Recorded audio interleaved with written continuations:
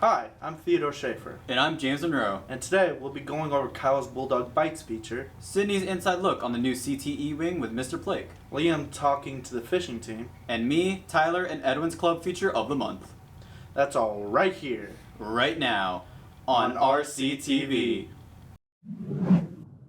Hey James, do you think the football games will have any turkey legs? I know the concessions won't, but the new culinary food truck will. Let's go to Kyle with the story.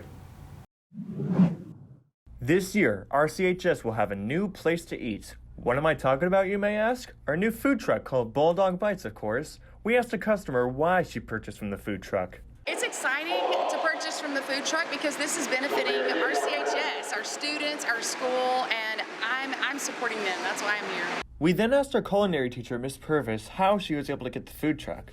Our department won a grant through the Education Foundation. The food truck itself, that was an old school bus that was donated by our wonderful transportation department.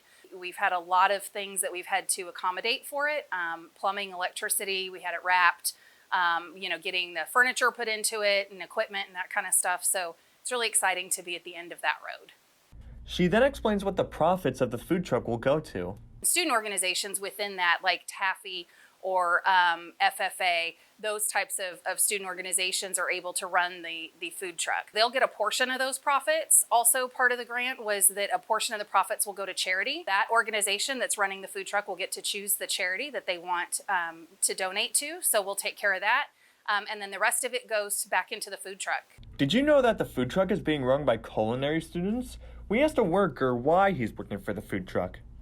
I'm working the food truck to gain more experience in the restaurant industry and in food truck management and stuff like that. Already having my manager's degree, I want to better that. I hope to achieve being able to get in culinary school or just gaining more experience just in general.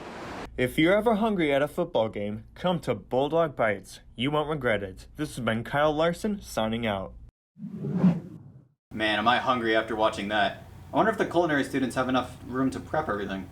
Well, the next few years, culinary and other CTE students will be getting classrooms to fit their creative needs. Let's go to Sydney with the story.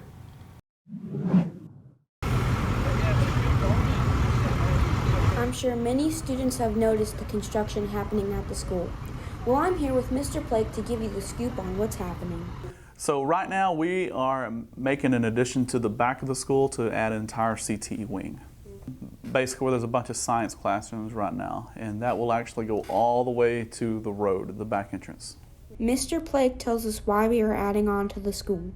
We are adding to the school to accommodate growth, future growth. As we continue, the number of the demographics are looking as we're going to have more and more students on this campus, and the CTE wing is going to allow us to give future students future opportunities.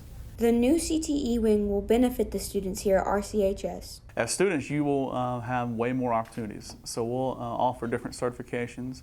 It's going to be an upgrade for the CT department. So we don't have them all in regular classrooms. We actually have them in some labs. But it's going to give you guys more opportunities. And we're also going to implement more programs or add more programs here, for more offerings for students. Obviously, there'll be traffic due to the construction, but it'll all be worth it in the end. That is so cool. We are expanding our classrooms. Indeed. Another expanding group is Esports Club with Mr. Flowers. Let's go check it out with Tyler, Edwin, and I. Did you know we have an esports club that meets in room C230 during B block of Power Hour? Here's Mr. Flowers with more information. Esports Club is just a place for students to come in, just hang out, play some video games, and we're actually looking into, hopefully soon, getting into actual esport type things like building teams and doing some competition type things. So the most accessible system right now would be a Switch. So we have a lot of people that play Super Smash Bros, but we also have things like, in terms of Nintendo, we have Mario Kart, things like that. But we occasionally also will play, things like fighting games on other systems and things like that. This has been Edwin. This has been Tyler. And James. Signing out. That's a really cool club. I'll definitely have to check it out. Another group we should check out is the fishing team. Liam has the story now. Roar City is a big school with many organizations and clubs, but do you know we have a bass fishing team? So the program began, from what I can recall, it started the 2016-2017 school year, and it's been running pretty strong ever since then. Competitions, so we fish tournaments. So if you've seen any type of tournament on TV where the guys go out and they catch their fish and then they bring them in and they weigh them, and whoever has the most fish, the heaviest fish, they win the tournament. Well, we do the same thing. Freshman year, me and my partner were second place angler of the year, won a lot of scholarship money. Second in the state, yeah. We're always accepting members. It always helps to get involved early, like during the summer or by the first meeting, because once we get halfway into the season or so, that angler has already lost points, and they're not going to gain enough points to be able to fish but maybe one or two fishing tournaments.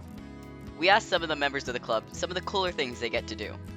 Probably the best memory is just like gathering together after the tournament and talking about like what you're catching them on and how your day went.